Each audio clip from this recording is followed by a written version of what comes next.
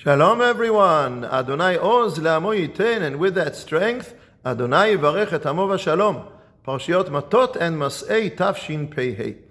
I'm going to share with you an experience that I am sharing at this very moment as I study Parshiyot Matot-Mas'ei.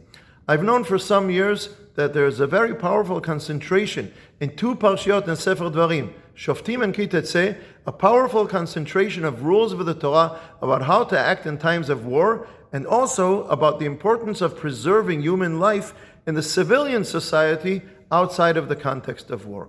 I've also noticed that in Parashat Matot, noticed in the past, studied and taught things in Parashat Matot that deal with the same things. I never noticed that there is a very strong concentration of this issue also in Parashat Matot and a little bit in Parashat Mas'ei. Why didn't I notice this in the past? I think I noticed it now because we're in a war for almost 2 years, the longest war in the history of Medinat Israel. It jumps out from the Torah. Halevai, we should notice all the things that the Torah talks about and be able to see the big picture of the Torah.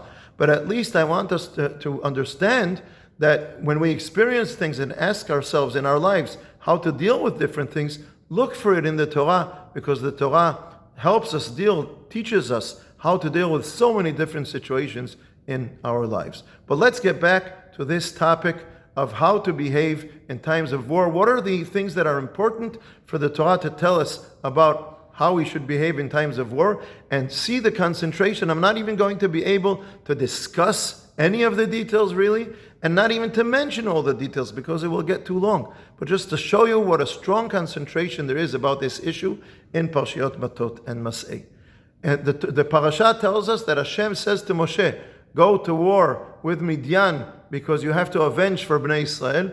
Moshe goes to Bnei Israel and says, we're going to war with Midian because we have to avenge for the name of Hashem.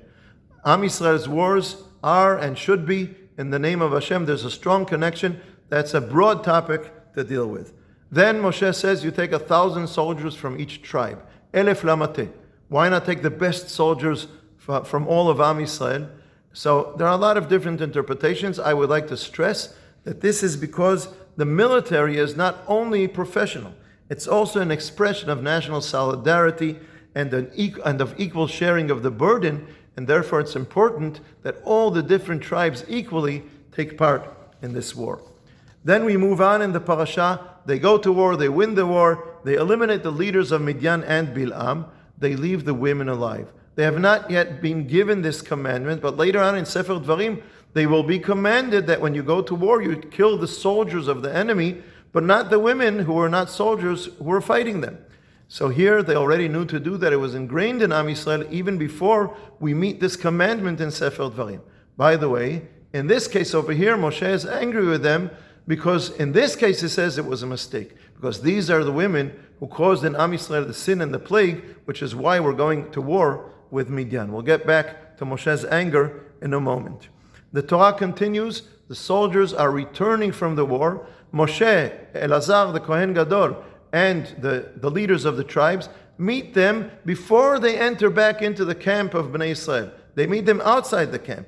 Why? Because there are things that need to be done before they come back into the civilian lives, into their families, back to their homes.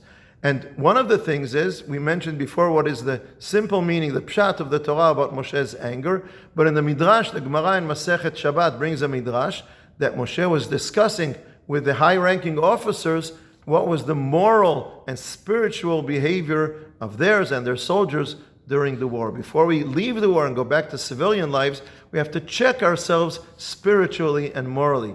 Today, when soldiers come back from the war, they go through a process. They have to process their psychological and emotional state. Very important. With Moshe Rabbeinu, you also have to process your spiritual and moral state. They also have to purify themselves from Tum'at Met, because even though killing the enemy soldiers was absolutely justified, they have to purify themselves from that so that they don't bring this killing back into civilian society and become indifferent to death and things of that kind. By the way, they won the war. There's no celebration of war because it's not winning a sports game, obviously. And that's another important point. So there are so many different points here. One last point, which is not during the war, which is in Parashat Mas'ei, how important it is for the Torah to notice what are the rules of someone who kills intentionally and unintentionally. And the Torah warns us, if you become indifferent to this, then you are making Eretz Yisrael impure. Hashem's Shekhinah will leave us, and our very existence in Eretz Yisrael will be in danger. So when we come back from the war, we have to make sure it doesn't kind of flow into the civilian society. We don't become indifferent to death, to killing, and so on. So the Torah does not ever tell us you can't go to war. That's not realistic. Of course, we have to go to war and we have to win our wars. At the same time, we have all these sensitivities that the Torah is teaching us how to come back into civilian society and how to process what we go through so that we don't become militaristic. We win our wars, but we have to be sensitive to all of these issues.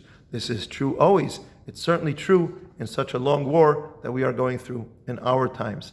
By the way, Parshiyot Matot-Mas'ei are always read at the end of the school year, when young men and women are finishing high school, entering into the civilian society, some of them going right into Tzahal. It's an important message for all of you, but it's also an important message for all of us, all of Am Yisrael, and certainly Am Yisrael in Eretz Yisrael. Shabbat Shalom.